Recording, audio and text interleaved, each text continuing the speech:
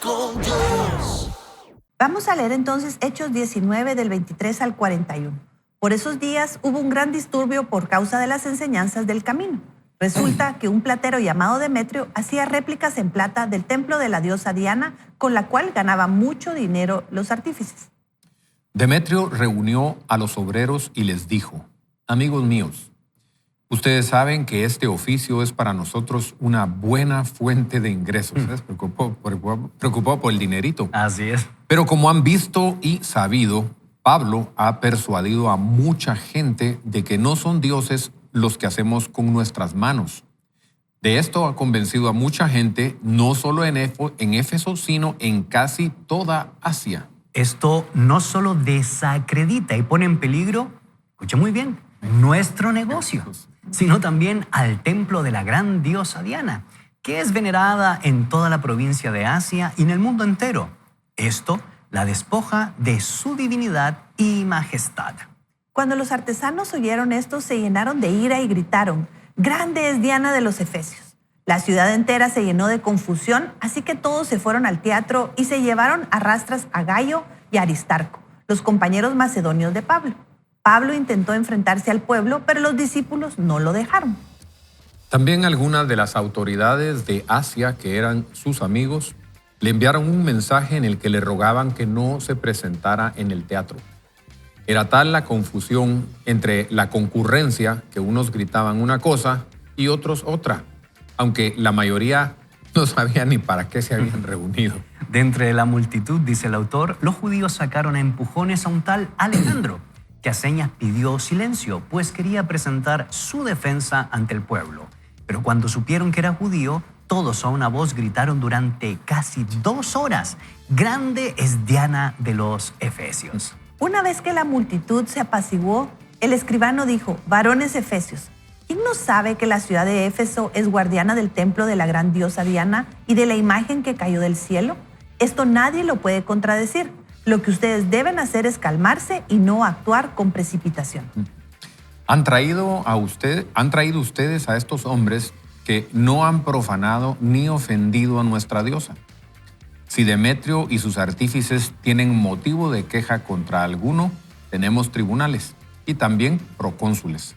Ante ellos pueden presentar su acusación. Y si tienen alguna otra demanda, eso puede resolverse en una asamblea legalmente constituida. Por sucesos como el de hoy, corremos el riesgo de que se nos acuse de sedición, ya que nada justifica una reunión como esta. Dicho esto, el escribano disolvió la asamblea. Y así termina la lectura del día de hoy y, por supuesto, como yo había dicho al inicio de esta reflexión, Pablo se encontraba en Éfeso y, según los datos que nosotros tenemos, antes de que iniciara su tercer viaje misionero, él pasó casi 3 años en Éfeso fundando la iglesia, ministrando la iglesia, exhortando y desarrollando un liderazgo potente a la luz del Evangelio de Jesucristo.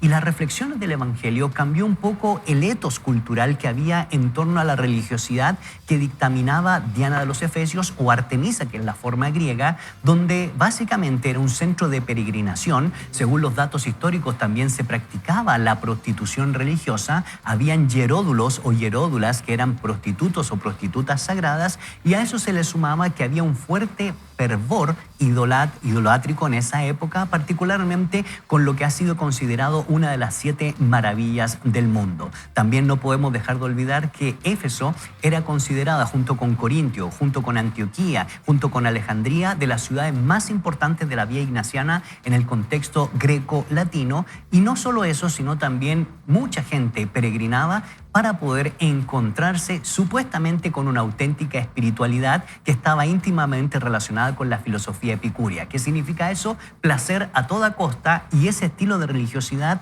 lo otorgaba y lo generaba, y por eso la gente buscaba a Diana o Artemisa. Pues en medio de eso, Evelyn, Ricky, el apóstol Pablo predica el Evangelio y les rompe algo que estaba a la orden del día: el negocio. Sí. Y ahí se vino todo abajo. Sí, es esta porción, ¿verdad? Hay que leer lo que sucedió un poquito antes, un poquito después, pero es súper interesante porque comienza diciéndonos en el 23 que hubo un disturbio por causa de las enseñanzas del camino, ¿verdad? Y es una de las formas en las cuales se les llamaba a los seguidores de Cristo. Todavía no era común, no se había todavía acuñado el concepto de cristianos, sino eran los del camino, ¿verdad? Recordamos que Jesús se llamó a sí mismo, yo soy el camino, ¿verdad? En Juan. Entonces, esta gente comienza a decir, a ellos son aquellos que andan haciendo lo que hacía aquel que decía que era el camino. Entonces comienzan a decir las enseñanzas del camino. Y esas enseñanzas tenía un impacto, como usted bien dice, claro, a nivel personal, pero también a nivel social. Comienza a enseñar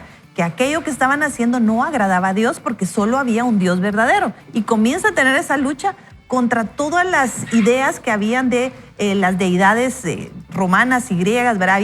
Éfeso era una mezcla de todo. Ahí sí que había de todo un poco. Pero es interesante que ellos reconocían que había una enseñanza que era de los del camino. O sea, había algo que había de verdad porque les estaba incomodando. Es que en ese tiempo no habían un montón de religiones, ¿verdad?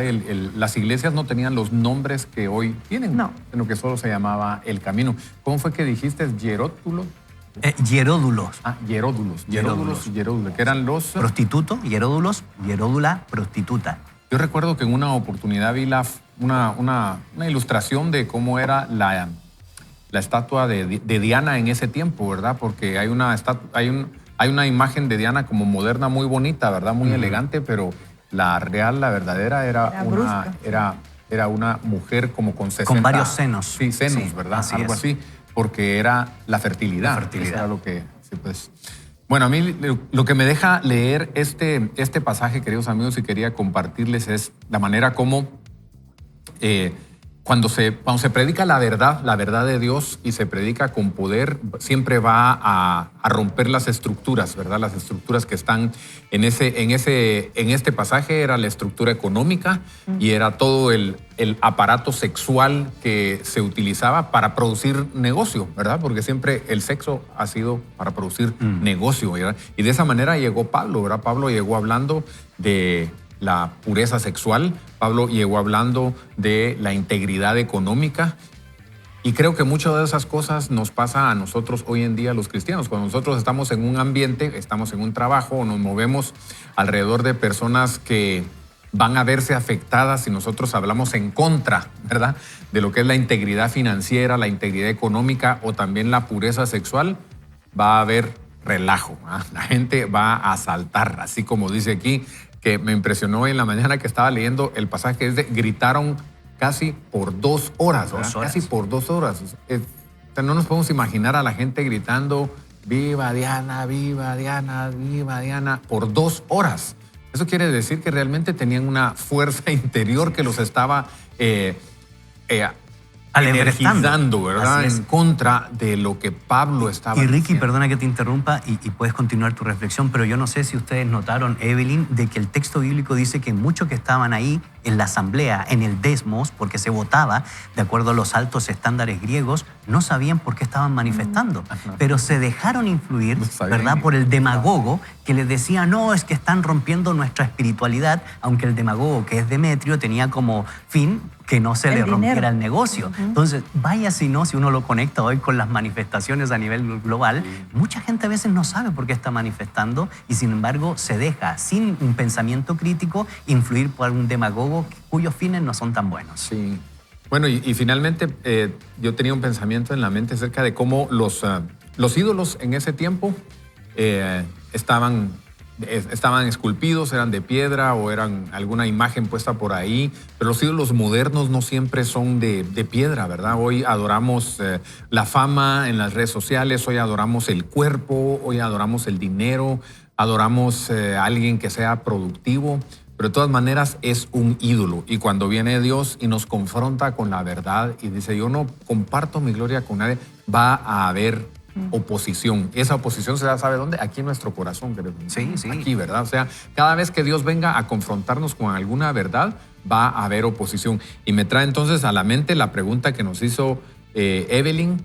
¿Cómo es que Dios nos ha estado hablando? ¿Cómo es la pregunta, Evelyn? Acerca de nuestro potencial. De nuestro potencial, ¿verdad? O sea, Dios nos está confrontando para decir, ustedes no están hechos para esto, ustedes están hechos para mucho más. Así es que empiece a pensarla porque queremos escuchar sus comentarios enviados al WhatsApp. Así es. Y una de las cosas que se destaca en el texto bíblico, y usted muy bien lo expresó, Evelyn, es que no solo aquí en el capítulo 19, sino desde el capítulo 17, el apóstol Pablo viene confrontando la cultura griega, particularmente en Atenas, cuando el apóstol dice, ustedes tienen inscripciones a un Dios no conocido y yo les traigo realmente al Dios que es el verdadero, aquel que es la imagen del Dios invisible, pensando en la figura de Jesús. Y el mensaje del apóstol Pablo siempre llegaba primero para que la gente en la sinagoga, dentro del contexto de los judíos de la diáspora, pudieran entender quién es Jesús. Pero una vez que predicaba el evangelio a los gentiles, en este caso al mundo griego, no solo el evangelio repercutía, como dijimos hace un momento, en el individuo, sino también en la cultura. Y vaya si no, el evangelio tiene ese poder transformador de cambiar las bases y la esencia que están relacionadas a la decadencia humana por poder dar un espíritu de desarrollo, de florecimiento a la luz de esta buena noticia. Y es que eso yo creo que es lo que nos anima, ¿verdad? Porque Ricky nos decía y nos hacía reflexionar qué está pasando en el mundo, qué está pasando en mi barrio, ¿verdad? O sea, qué está pasando a mi alrededor. Y es saber que hay una respuesta a esto, hay una buena noticia y eso está en la palabra. Y nos decía ahorita escuchándolos a ustedes, ¿verdad? O sea, cómo es que lo que estaba sucediendo, esto es una historia, es histórico, está documentado. Éfeso fue una ciudad real, el culto a Diana era real. Esas personas seguramente hay de dónde buscar, aparte de la Biblia, son fuentes reales de lo que sucedía ahí, pero la condición humana sigue siendo la misma, ¿verdad? O sea, sigue siendo, si nos tocan el bolsillo, reaccionamos. Si nos invitan a un relajo, ahí estamos gritando y ni sabemos por qué estamos ahí. O sea, en las reflexiones, Pablo, el mensaje de Pablo sigue siendo relevante para nosotros hoy y es a quién estamos siguiendo, cuál es la motivación que nos está moviendo a estar a favor o en contra. Estamos discerniendo conforme a los del camino y estamos impactando nuestra cultura, ¿verdad? ¿Cuál es nuestra postura ante esas situaciones donde se toca el bolsillo y nosotros tenemos que decir, no voy a dejar de ganar, pero voy a hacer lo que es correcto, ¿verdad? Entonces, creo que a veces uno puede leer estas porciones de la Biblia y decir, eso pasó allá y está bien lejos, pero es la condición humana, es ver a un Dios vivo que sigue obrando y que puede seguir obrando hoy como lo hizo en ese momento con Pablo. Y como diría Santayana, quien no conoce su historia o su pasado tiene la tendencia a repetir los mismos errores del pasado. Ricky, ¿qué lecciones te deja este pasaje partiendo de la premisa que cuando uno ve el apóstol Pablo predicándole y discutiendo con los judíos en el verso 8, pero también enseñando cada día en lo de Tirano, que era una asamblea de magistrados donde habían filósofos, y cambia el discurso para que el mensaje del evangelio afecte la cultura, donde ese mensaje se extiende por toda la provincia, no solo en Éfeso, sino en Asia Menor? Enfrenta al enemigo, el verso 11 al 18, y al final se dedica a pastorear a los hermanos de la iglesia, verso 20. Pues mira, yo creo que la lección más directa que me deja es cuando se predica a un Cristo verdadero o cuando yo vivo mi cristianismo verdadero, siempre va a haber oposición, ¿verdad? Siempre en cualquier lugar en donde nosotros querramos pararnos sobre una posición de lo que dice la palabra de Dios, siempre vamos a encontrar oposición, pero también vamos a traer transformación. Es decir, nuestra vida puede reflejar algo. Y cuando mencionaba Evelyn ahorita, ¿verdad? Éfeso fue una ciudad y fue una cultura, pero hoy vivimos un Éfeso aquí, ¿verdad? Porque vivimos la misma idolatría hacia las cosas, hacia la economía, la misma idolatría hacia el sexo. Solo que lo estamos viviendo en unas condiciones diferentes, tal vez con un conocimiento mejor, pero es lo mismo. Exactamente. Entonces pensé yo, ¿saben en qué pensé yo? Pensé si hay alguien que nos escucha que trabaja, por ejemplo, en una organización internacional o para el gobierno, ¿verdad? Y en ese tipo de trabajos casi siempre vamos a encontrar esas estructuras, tanto económicas como sexuales, muy metidas adentro, que no les va a gustar cuando alguien se pare a decir yo no hago eso o yo no creo eso, ¿verdad? No tenga miedo, mire, no tenga miedo de perder negocios por hablar la verdad, porque la verdad es mejor perder ganancias y perder amigos que perder la salvación. Entonces me viene a la mente esto porque tengo una persona que conozco que trabajó en una institución gubernamental aquí en nuestro país y aguantó muchos años, ¿verdad? Aguantó muchos años así como fuerte en sus principios, en sus valores, sobre todo en el evangelio, pero llegó un momento en el que en el que realmente ya no pudo estar ahí, ¿verdad? O sea, Así fue es. un momento en el que si no se alineaba a lo que le estaban pidiendo, entonces ya iba a ser afectada ella y su familia. Y tuvo que salir. Entonces ella dijo, no tengo temor de perder este buen salario o este buen puesto que me he ganado por mucho tiempo, pero me prefiero perder esa ganancia que perder mi alma.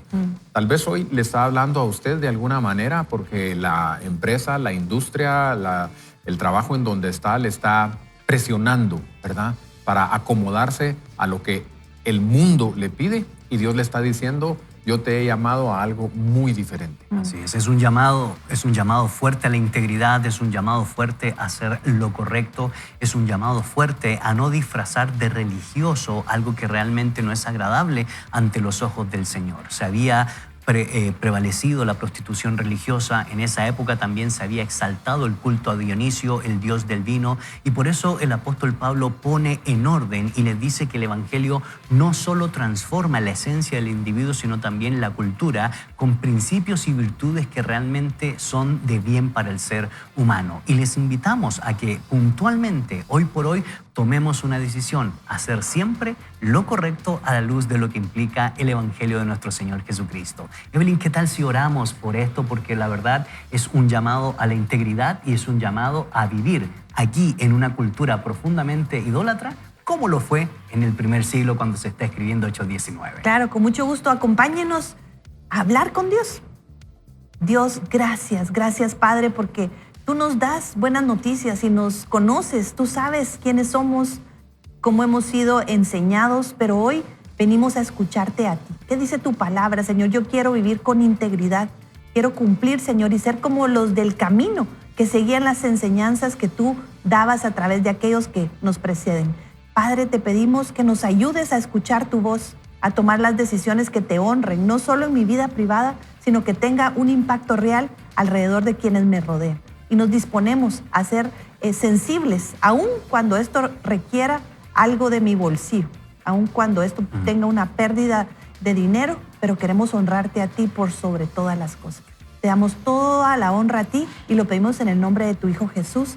Amén. Amén. Hoy el segmento No te des por vencido, por supuesto, aquí en Vaya con Dios. No te desconectes. Ya regresamos con este excelente libro y, por supuesto, con mucho más aprendizaje.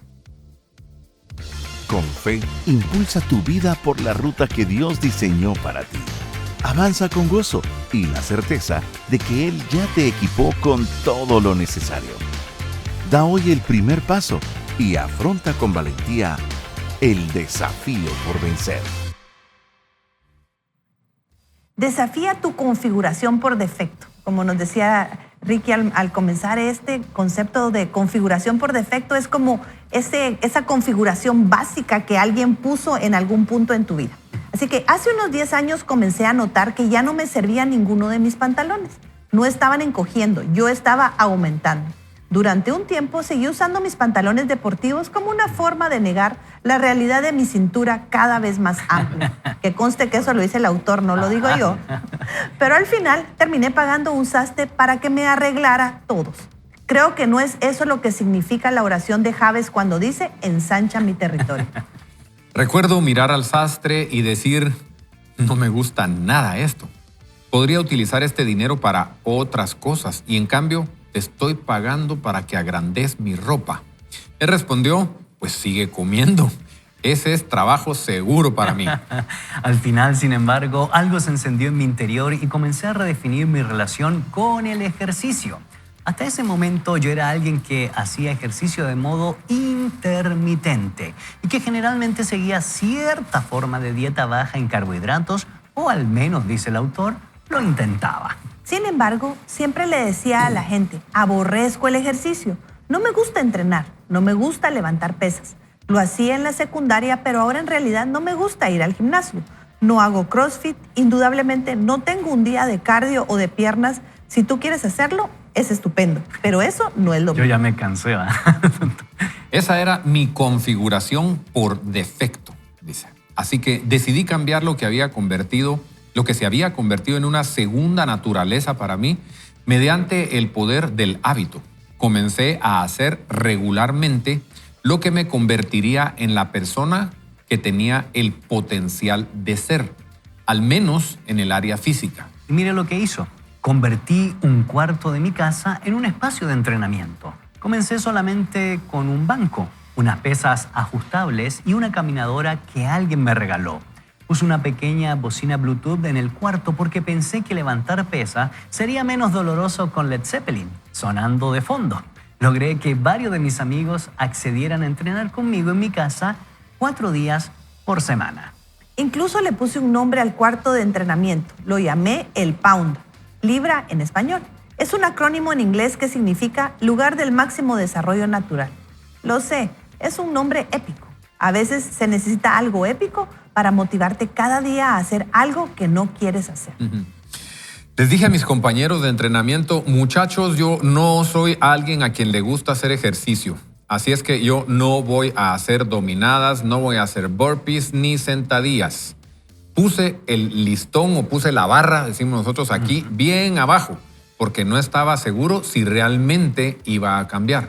Para motivarme un poco, colgué en la pared una gráfica y cada vez que entrenaba ponía una estrella. Pensaba que eso reforzaría la conducta. Y así fue. Aunque me sentía un poco ridículo, un hombre adulto con barba poniendo estrellas en una gráfica como si fuera un niño de 7 años. Eso fue hace 10 años. No hace mucho tiempo sumé todas las estrellas de la gráfica a lo largo de los años y me sorprendió ver que había entrenado más de 2,000 veces en 10 años. Y sin embargo, el otro día, mientras conversaba con alguien acerca del ejercicio, me oí diciendo, mira, no soy necesariamente alguien a quien le gusta entrenar. Entonces me detuve. Comprendí que sí, realmente soy alguien a quien le gusta entrenar. No solía ser así o no creía que lo era. Nunca antes me vi a mí mismo de ese modo. Pero ahora soy alguien a quien le gusta mucho entrenar y lo hace regularmente. ¿Por qué iba a negarlo? ¿Por qué querría restarle importancia?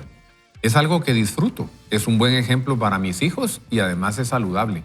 No digo esto para presumir, dice el autor, ni estoy intentando venderte proteínas en polvo o una membresía en el gimnasio. Solamente lo menciono para resaltar que yo seguía creyendo que no era esa clase de persona, incluso después de todo el trabajo que había hecho.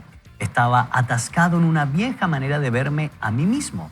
Alguien que no era fuerte, no era constante y no estaba comprometido en esta área de su vida, incluso después de 2,000 estrellas en la gráfica. Yo era alguien a quien le gustaba entrenar, simplemente no era consciente de ello. ¿Cuándo se produjo el cambio?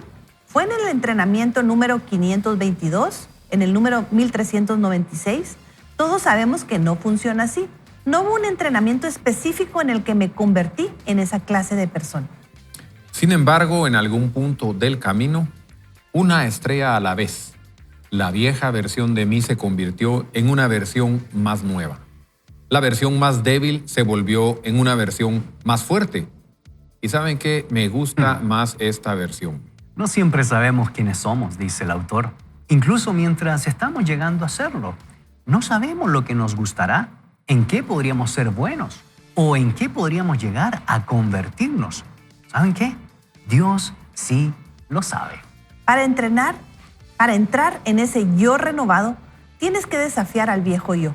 Es ahí donde la mentalidad que dice no estoy atascado a menos que me detenga adquiere un significado más profundo y personal. No se trata solo de superar obstáculos o de rodear barricadas en el día a día. También se aplica al proceso continuo del crecimiento interior y de convertirte en el ser que Dios creó y entrar en el llamado que Él puso para ti. Cuando Dios llamó a Josué a liderar a Israel, sabía que Josué necesitaba verse a sí mismo de un modo distinto al que había tenido hasta ese momento. Creo que Josué batallaba con cierta duda acerca de sí mismo. Acababa de sustituir a Moisés, el hombre que sacó a Israel de Egipto, así que las sandalias que debía llenar eran bastante grandes. Se suponía que él llevaría a Israel a la tierra prometida, lo cual era una meta imposible sin la intervención de muchos milagros de parte de Dios. Josué lo sabía. Y Dios sabía que Josué lo sabía. Por eso lo retó a confrontar su vieja manera de verse a sí mismo. Dios le prometió, durante todos los días de tu vida, nadie será capaz de enfrentarse a ti Así como estuve con Moisés, también estaré contigo. No te dejaré ni tampoco te abandonaré. Sé fuerte y valiente, porque tú harás que este pueblo herede la tierra que prometí a tus antepasados. La configuración por defecto de Josué parecía ser el temor y la inseguridad. Era el segundo al mando, pero era el momento de desafiar esa configuración y entrar en el nuevo Josué, un Josué que no era nuevo en lo absoluto, porque era el Josué que Dios había conocido desde el inicio del tiempo. ¿Qué ve Dios en ti que tú no puedes ver en ti mismo? ¿Qué configuraciones por defecto necesitas desafiar? ¿Dónde has estado atascado por tanto tiempo que has asumido que así eres y así serás? Solo tú puedes saber dónde te has conformado con una normalidad, entre comillas, que no debe ser normal porque no es tu yo renovado.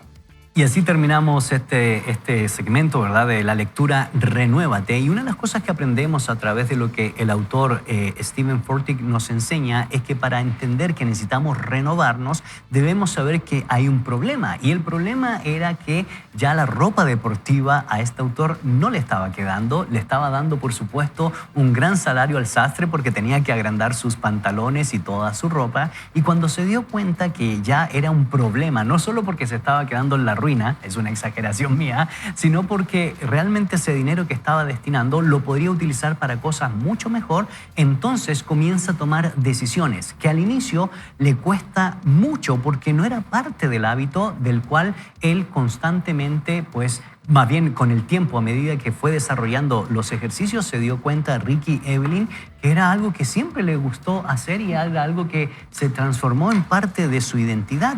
Y esta reflexión me lleva a mí a recordar una de las frases o una de los pensamientos más célebres que se han dado en la historia de la humanidad. El pensamiento condiciona la acción. Y la acción determina el comportamiento. Y el comportamiento repetido crea hábitos y el hábito estructura el carácter. Es decir, la manera de pensar, ser y actuar en el individuo y el carácter marca el destino. Y vaya si no, Evelyn, Ricky, esto de los hábitos son elementos de suma importancia. Partiendo de la premisa para poder comprender cuál es el problema y tomando decisiones concretas para renovarnos y finalmente crear un hábito en nuestra vida. Y es interesante porque él lo que está contándonos a través de esto de que los pantalones le quedaban apretados es un signo de incomodidad, ¿verdad? Y uno lo puede trasladar a cualquier área de su vida. ¿Qué cosas están comenzando a incomodarnos? ¿Qué nos está quedando apretado?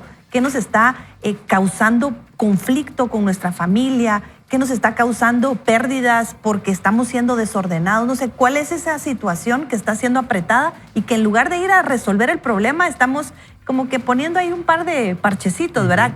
¿Cuál es ese pensamiento que está en el fondo del fondo del fondo? A veces decimos, es que el problema que tengo es que los pantalones se encogieron. No, ese no es el problema, ¿verdad? O el problema que tengo es la mujer con la que me casé, o el hombre con el que me casé, o el jefe que tengo, o el hijo que me salió así.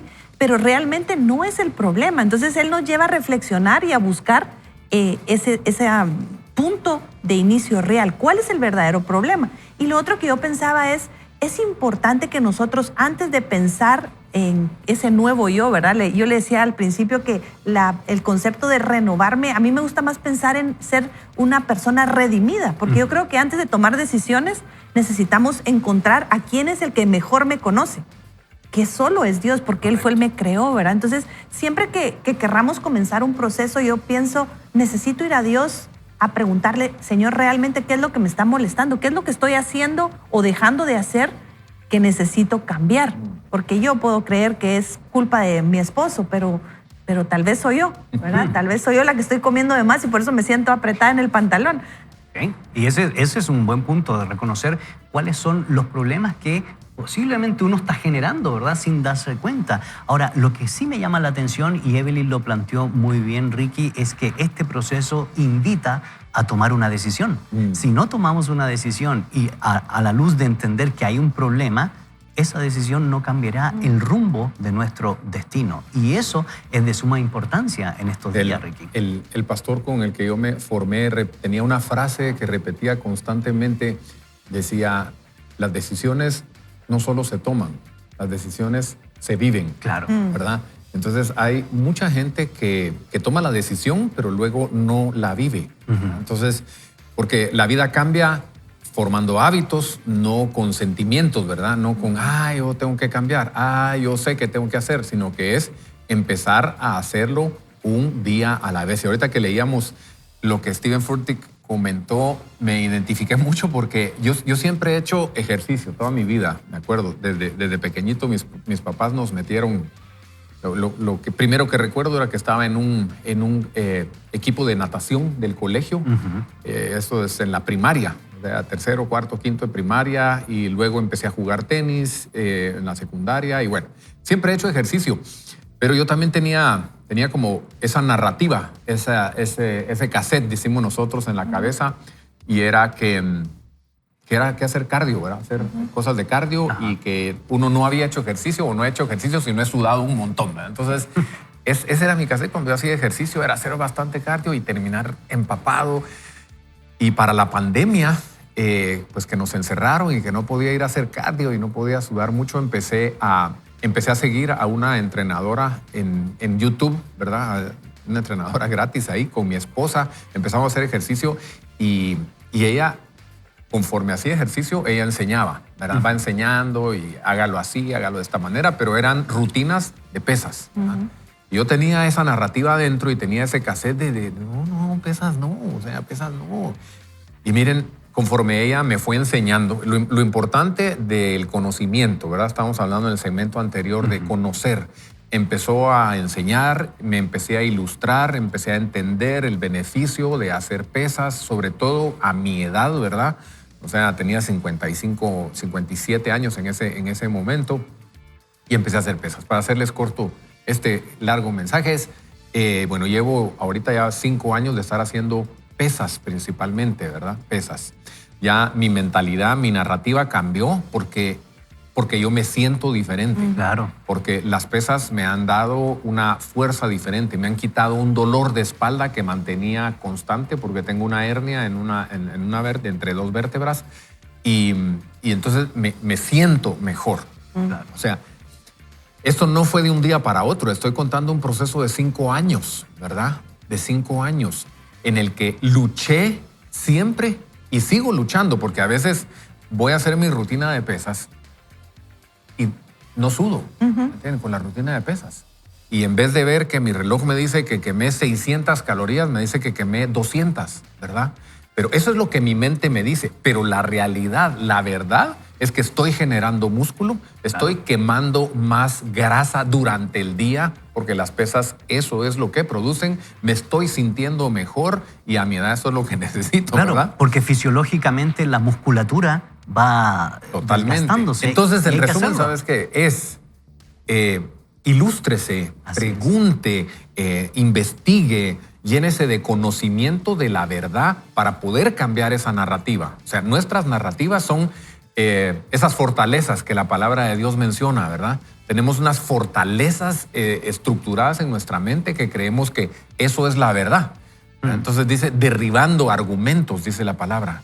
Y todo conocimiento que se levante en contra, todo argumento que se levante en contra de lo que es la verdad, eso hay que votarlo. Entonces, queridos amigos, vemos cuál es el problema.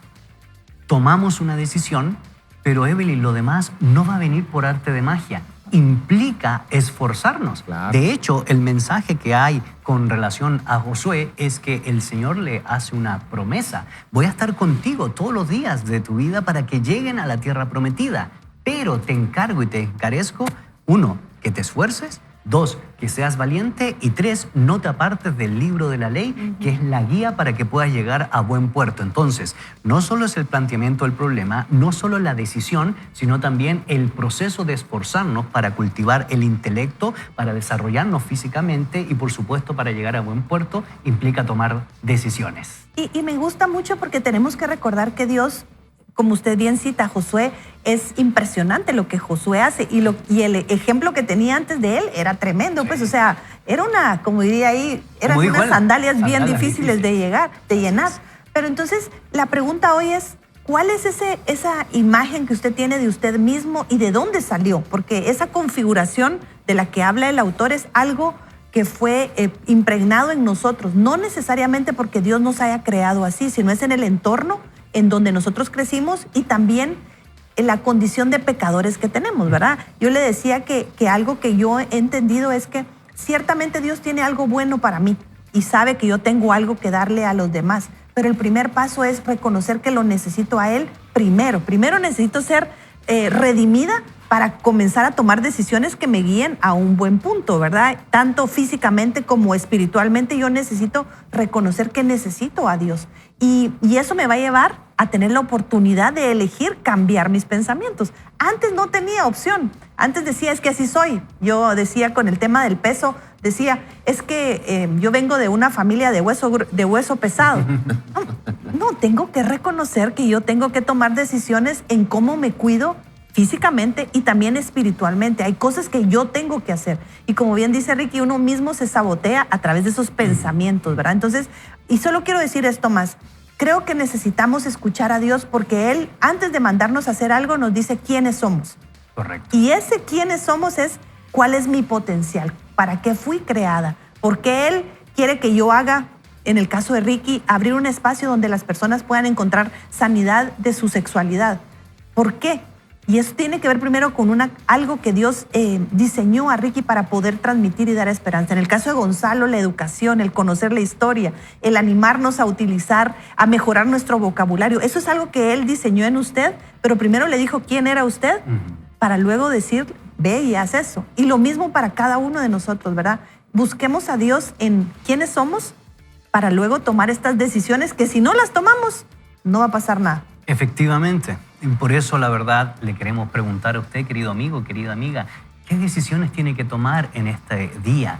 ¿Cómo le está hablando Dios sobre su verdadero potencial? Y particularmente reconocer quiénes somos y a la luz de las Escrituras y de este libro, Renuévate, hacia dónde debemos ir. Y la verdad es que, Ricky, yo te voy a pedir que podamos orar porque sí necesitamos hacer decisiones que son esenciales y fundamentales, no solo para el momento, sino para la eternidad. ¿Qué tal si oramos, Ricky? Vamos a orar entonces y recuerde que el cambio no llega por emoción, llega por hábitos. Así es que pidámosle al Señor y digámosle, Señor, hoy estoy siendo confrontado con esa versión de mí que yo creo que soy, pero realmente es solo la versión antigua de lo que yo soy. Yo no soy eso. Tú tienes un plan mucho más grande, una visión mucho más extensa de lo que yo aún puedo ver. Pero hay una divina insatisfacción aquí adentro de mi corazón. Te pido, Señor, que hoy me des la fuerza para levantarme como se levantó Josué, para dar el primer paso como lo dio Josué, creyendo y sabiendo que tú estás conmigo, que ese es el poder que yo necesito para cambiar. Y entendiendo que el cambio, Señor, será un proceso, pero si estoy contigo, es posible.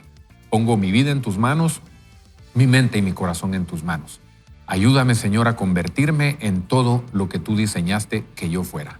En el nombre de Jesús. Amén. Amén. Después de esta pausa estaremos escuchando el testimonio de Evelyn. No te desconectes, hay mucho más que aprender. Ya regresamos.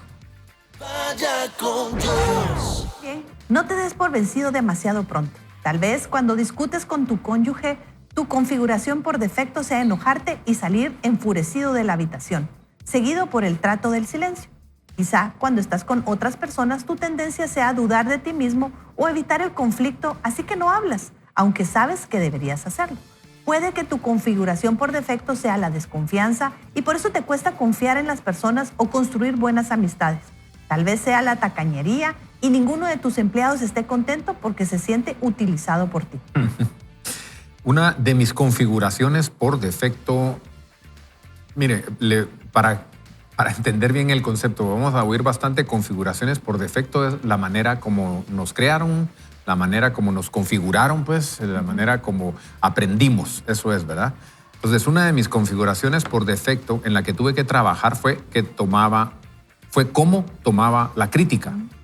Recuerdo que hace muchos años, después de un viaje misionero a China, mi líder me dijo, Steven, tu mayor problema es que estás a la defensiva. Y yo le respondí, no estoy. Es irónico, ¿no es cierto? Sí, defiendo estar a la defensiva. Confirmo lo que me están diciendo. Sin embargo, no tengo que hacer eso. Puedo desafiar mi actitud defensiva, dice el autor. Puedo escoger escuchar. Puedo darme un espacio y tiempo para considerar la crítica en lugar de reaccionar. Puedo decir, déjame pensar en eso y luego hablamos. Puedo consultar a Dios si hay algo valioso en lo que esa persona me está diciendo, incluso si no estoy de acuerdo. No tengo que defenderme porque al final no dependo de la opinión de alguien más para, dice el autor, definirme. Cuando incorporo a mi vida la confianza de Cristo, comienzo a desafiar mi configuración por defecto y me convierto en algo que nunca pensé que podría ser. Sin embargo, Dios ya sabía que eso estaba en mí. Él lo estaba llamando a salir y me llama a transformarme y llegar a serlo. Se necesita autoconocimiento, se necesita trabajo, se necesita valentía y humildad y sobre todo se necesita tiempo. Pero en algún punto del camino te conviertes en esa persona paciente, ese tipo de persona, esa persona tranquila, esa persona íntegra, la persona que Dios vio en ti, incluso cuando tú nunca la viste en ti mismo. Y el autor se vuelve a preguntar, ¿fue la palabra número 522 la que lo logró? ¿Fue la buena decisión número 1396? No, desde luego que no.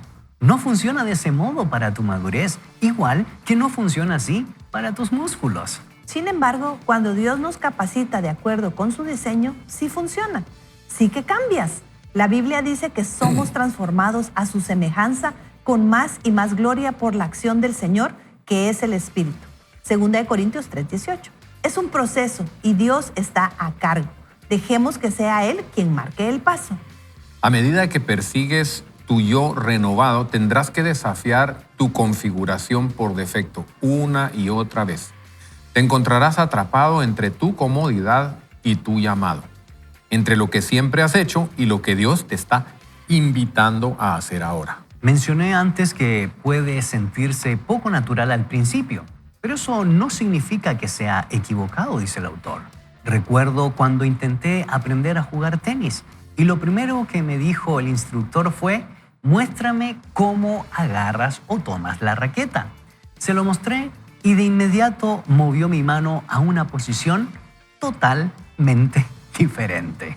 Durante las semanas siguientes me sentía como un niño de 4 años cada vez que hacía un saque. La bola volaba hacia todas partes. Para que mi servicio alcanzara un estándar más alto, tuve que cambiar mi agarre y me sentía fatal. Sin embargo, fui mejorando poco a poco.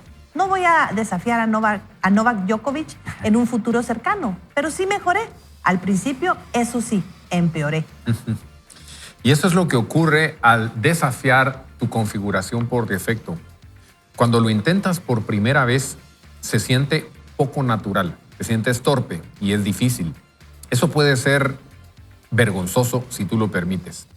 Si esperas perfección inmediata, podrías sentirte tentado a darte por vencido, porque el proceso de aprendizaje expone cuánto no sabes y cuánto te queda por recorrer. Y quiero hacer un alto porque muchas veces nos puede pasar esto a nosotros, queridos amigos. Sentimos que no podemos, que por mucho más que lo intentamos realmente hacemos las cosas mal, que no tenemos dedos para el piano, que no tenemos las manos para jugar tenis o las piernas o los pies para jugar fútbol o lo que usted realmente se inspire, ya sea con el arte, con la literatura o cualquier elemento. Sin embargo, el autor nos da una ley de cambio y nos dice, pero con el Espíritu Santo como tu instructor y guía, el crecimiento no solo es posible, es inevitable, siempre que no te des por vencido demasiado pronto.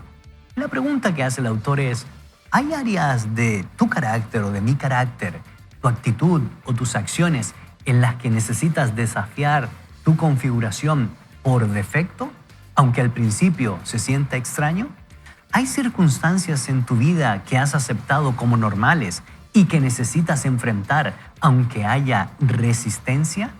¿Te está llamando Dios, como a Josué, a entrar en un nuevo rol que posiblemente te intimida? Donde quiera que estés en el proceso de Dios, sin importar cuántos años tengas o por cuánto tiempo hayas hecho las cosas de cierta manera, y aunque el yo renovado se sienta incómodo al principio, no dejes de cambiar. No dejes de crecer. Tu configuración por defecto no es tu destino. Es simplemente el lugar donde estás hoy, o sea, el lugar donde estás comenzando, pues. Pero actúa desde ahí. Estás creciendo, estás cambiando. La lucha en sí misma no es tu pound, o sea, el lugar que Stephen Furtick armó en su casa para levantar pesas. Tu lugar de máximo desarrollo sobrenatural. No estás solo trabajando tus músculos, estás trabajando en tu salvación. Estás viviendo tu identidad y estás siendo transformado a la semejanza de Dios por medio de Jesús. Así es, y por lo tanto, mientras no te detengas, mientras no te conformes, mientras no pongas excusa para una versión de ti mismo inferior a lo que Dios conocía desde antes del inicio del tiempo, tu configuración por defecto no puede definirte ni desalentarte.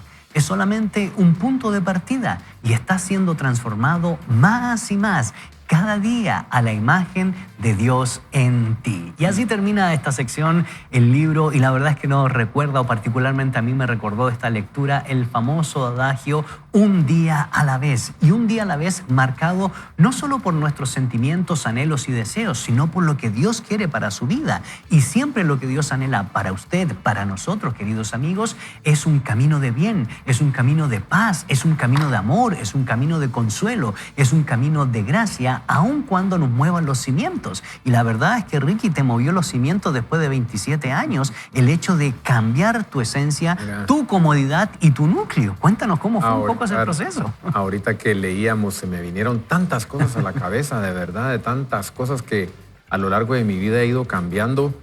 Se me vino a la mente algo, ¿verdad? Dios no trabaja con versiones terminadas de seres humanos.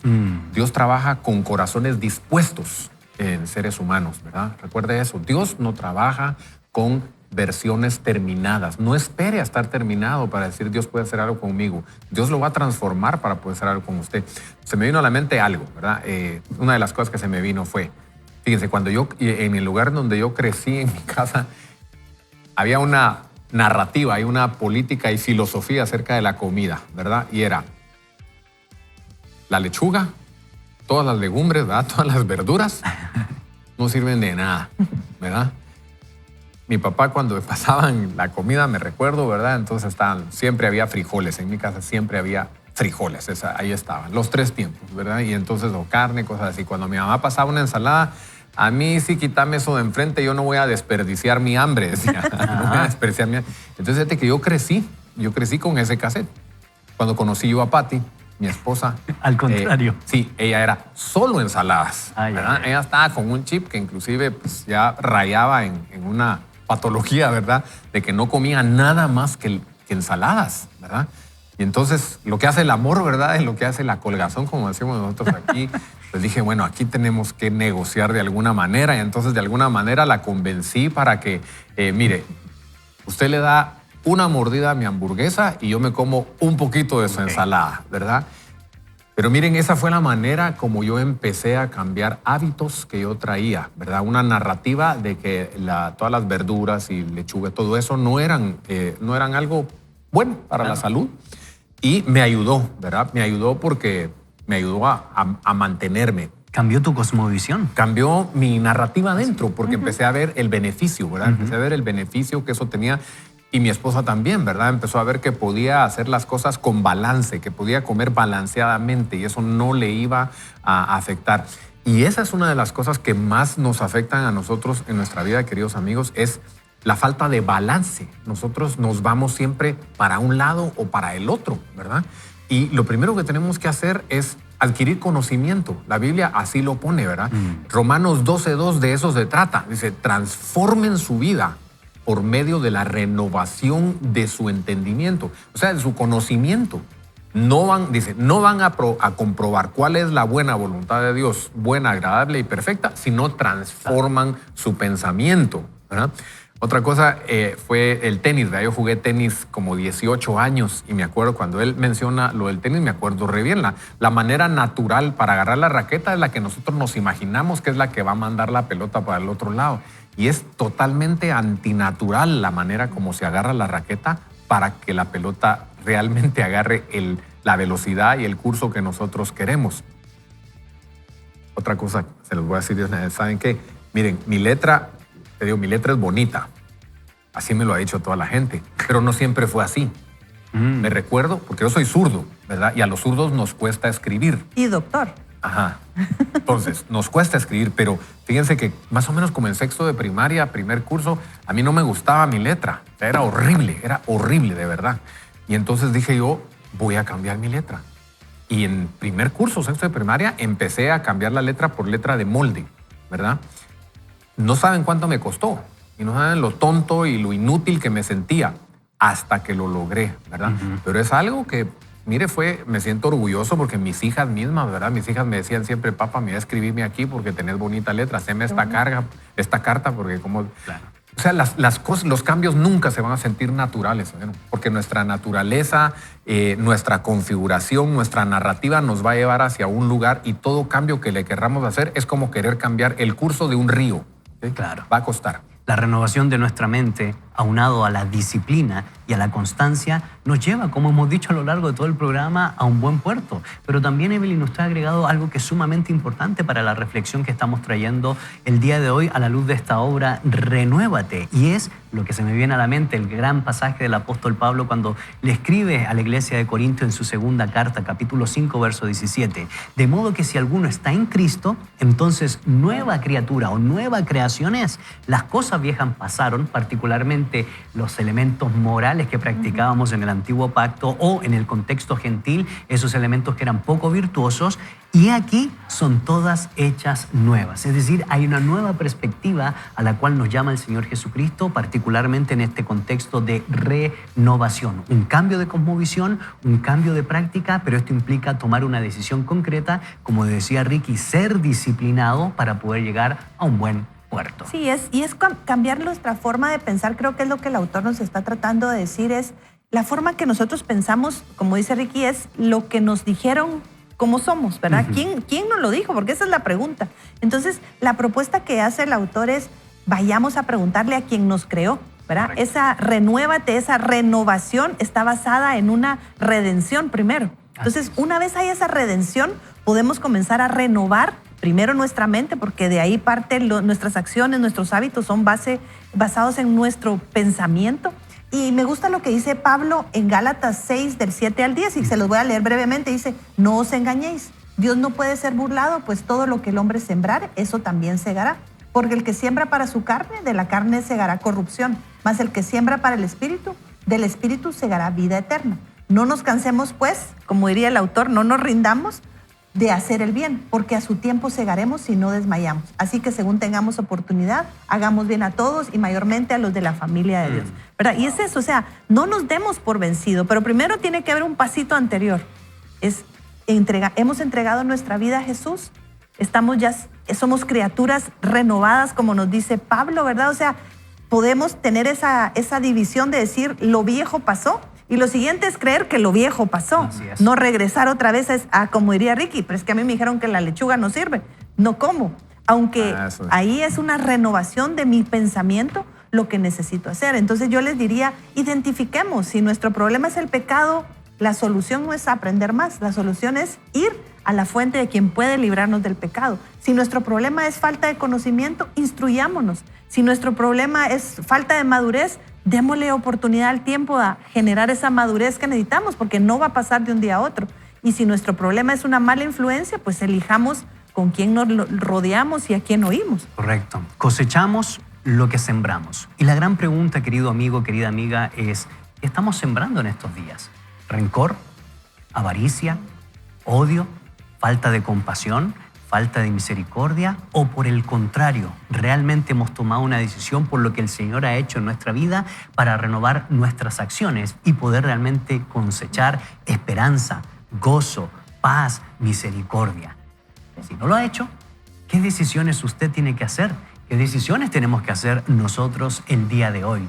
¿Qué lecciones nos deja no solo la lectura de las Escrituras con el caso del poder del Evangelio para transformar Éfeso, sino también este libro Renuévate, a la luz de las decisiones formales, las decisiones conscientes que tenemos que hacer el día de hoy? Y queremos orar, pero antes de orar, yo quiero preguntarle a mis amigos, ¿qué lección podemos decir puntualmente a nuestros amigos a la luz de lo que ha sido este programa el día de hoy. Programa particularmente que nos conecta con la esencia no solo de quiénes somos, sino con la esencia del Evangelio. 1471, un programa que nos bendice. A mí me queda la idea de que los cambios se producen con hábitos y no con emociones. Yo quisiera invitarlos a que primero demos ese paso de buscar la redención. Preguntémonos si lo que necesitamos hoy es a Cristo, porque eso cambia todo y nos da la oportunidad de dar esos pasos nuevos. Excelente, así que permítame orar por cada uno de ustedes y por nosotros los que estamos en esta mesa para que podamos realmente ir a la fuente, no solo del conocimiento, sino la fuente de la esencia del espíritu humano y del florecimiento humano, que es Jesús. ¿Para qué? Para que posteriormente renovemos nuestros pensamientos y eso sea el fiel reflejo de acciones que adoren al Señor, pero particularmente nos lleve a un buen puerto. Y por eso decimos, Señor, hoy reconocemos nuestras limitaciones. Reconocemos muchas veces que hemos sembrado cosas que no nos favorecen. Reconocemos que hay falta de perdón. Reconocemos que hay cosas que no podemos solventarlas por nosotros mismos y que necesitamos llevarla a la cruz y que necesitamos experimentar la redención de Jesús, la salvación de Jesús, el consuelo de Jesús, la gracia de nuestro Señor Jesucristo. Y yo te pido, Señor, que a toda la comunidad virtual de Vaya con Dios, que nos sintoniza en las diferentes plataformas, televisión, radio, redes digitales, podamos ir a la fuente de todo cambio. Su nombre es Jesús. Y una vez que experimentemos el amor, el abrazo y la gracia de nuestro Señor Jesucristo, que tomemos decisiones conscientes, razonadas, de querer cambiar esos hábitos que destruyen nuestra esencia. ¿Para qué? Para que podamos renovar el entendimiento, nuestras acciones y finalmente podamos llegar a un buen puerto. Esto te lo pedimos hoy en el nombre de Jesús. Amén y amén. Bueno, ha sido un tremendo programa el día de hoy. Hemos aprendido grandes lecciones. Así que, queridos amigos, les invitamos a que, por supuesto, no se desconecte de la sintonía de esta programación. El día de mañana vendrán con más contenido a la luz de las Sagradas Escrituras y también, por supuesto, de este excelente libro Renuévate. Y también altamente recomendado el Congreso de Familia. Hay que insistir, formar en la mente para poder desarrollar las etapas de transición y llegar a buen puerto, y particularmente la vuelta al corazón. El término griego es cardia y significa cómo entender la esencia de donde emana la vida para que, en la medida en que metafóricamente nuestro corazón esté sano, nosotros podamos vivir de acuerdo a la voluntad del Señor. Sin embargo, se ha acabado, el tiempo ha pasado volando, no va más. Sin embargo, le queremos decir a cada uno de ustedes, no vaya solo, ni mucho menos mal acompañado, sino más bien, vaya con Dios. Nos encontramos en la próxima. Vaya con Dios.